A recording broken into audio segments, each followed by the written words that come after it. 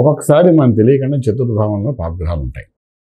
For example ఇప్పుడు సంగతి మనం మాట్లాడుకుందాం. ఈ వారం రోజుల సంగతి మాట్లాడుకుంటే మేషరాశి వారు చతుర్థంలో కుజుడు నీచబడి ఉన్నాడు. ఈ సమయంలో ఎవరైనా పిల్లలు పుడితే వాళ్ళ చతుర్థ భావంలో కుజుడు నీచబడి ఉన్నాడు. కుజుడు నీచబడి ఉన్నాడు అంటే చతుర్థ భావంలో డెఫినెట్గా తల్లిగారికి ఏదో అనారోగ్యమైన ఉండాలి, తల్లివారికి ఏదో ఇబ్బంది కలిగి ఉండాలి ఎవరైనా పుడితే.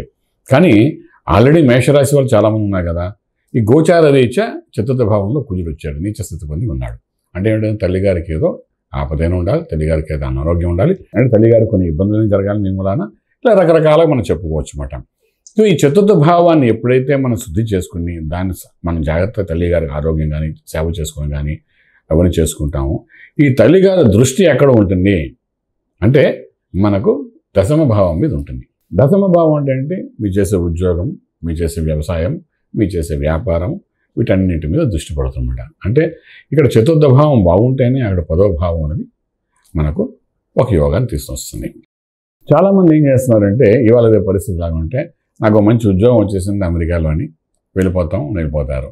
ఇంకేముంది, వెళ్ళిపోయిన తర్వాత ఇక అమ్మతో పని లేదు, నాన్నగారితో పని లేదు, ఇంకా నెక్స్ట్ వచ్చేది అంటే భార్య కోసం ప్లానింగ్స్ అని ఉంటాయి. పెళ్లి చేసుకున్న తర్వాత తల్లితో అసలు పనే ఉండదు. భార్య భర్త వాళ్ళిద్దరు అక్కడ ఉండడం, రేపు ఉదయం ఒక పిల్లడు పుడితే వాళ్ళు ఉండడం, ఎప్పుడో సంవత్సరానికి ఒకసారి ఇండియా రావడం మేము కూడా చూస్తుంటాం. ఇక్కడ దగ్గర 5-6 సంవత్సరాల నుండి ఇండియా రాకుండా ఎంతోమంది అమెరికాలో ఉన్న వాళ్ళు కూడా ఉన్నారు. తల్లిదండ్రులని ఒక ఇంట్లో ఉంచేసి కూడా అలా ఉన్నవాళ్ళు చాలామంది ఉన్నారు. అయితే ఏంటి, ఈ రోజు ఒక మంచి ఉద్యోగం చేస్తున్నా, ఒక మంచి వ్యాపారం చేస్తున్నా, ఒక ఉన్నత శిఖరం చేరుకుంటున్నాం అంటే దానికి ఏంటంటే ఈ చతుర్థ భావం బాగుంటేనే ఆ స్థాయికి వెళ్ళగలుగుతాం. అలాంటిది ఆ భావంకి వెళ్ళిన తర్వాత చతుర్థ భావాన్ని పట్టించుకోవడం మానేస్తారు చాలామంది. నేను ఎక్కడికి వచ్చానో మీకు అర్థమై ఉంటుంది ఈ పాటికి. సో ఈ చతుర్థ భావాన్ని ఎప్పుడైతే మనం వదిలేసుకుంటామో అంటే తల్లిగారి సంగతి మనం మర్చిపోతాం, తల్లిగారిని పట్టించుకోం. ఓ పని మనిషి ఉంటుంది, లేకపోతే ఓల్డ్ ఏజ్ హోమ్లో పెట్టేద్దాం అని అనుకుంటాం. రకరకాల ఆలోచనలు వస్తుంటాయి. ఎప్పుడైతే నువ్వు ఇక్కడ 4th హౌస్ని కరప్ట్ చేస్తున్నావో, పాడు చేస్తున్నావో, నీ లైఫ్లోని ఇంక ఎదుగుదల అనేది అలాగ అయిపోతుంది. ఒక 4 రోజులు చూసారో చెట్టుని నరికితే కిందన వేళ్ళు నరికేసాం అనుకోండి, ఒక కొంతకాలం పచ్చగానే ఉంటుంది. ఓ 10 రోజులు తర్వాత ఏంటవుతుందంటే ఎండిపోతుంది. ఎందుకంటే దానికి వెళ్ళవలసిన సారం వెళ్ళకపోయేసరికి చెట్టు పడిపోతుంది.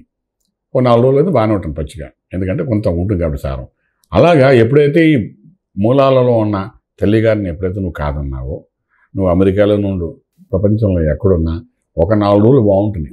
ఎప్పుడైతే ఈ తల్లి అనేది వేళ్ళు ఎప్పుడైతే విరిగిపోతాయో, గెండిపోతాయో, ఆటోమేటిక్గా మీ యొక్క లైఫ్ గాన్. తల్లిగారు ఉన్నంతకాలము ఆవిడ సేవ ఎంత చేసుకోగలిగితే అంత మీ యోగం కలుగుతుంది. ఇది మన కుటుంబ సంబంధమైన జ్యోతిష్యం గురించి మాట్లాడుతూ చెప్తున్న విషయాలు ఇవన్నీ.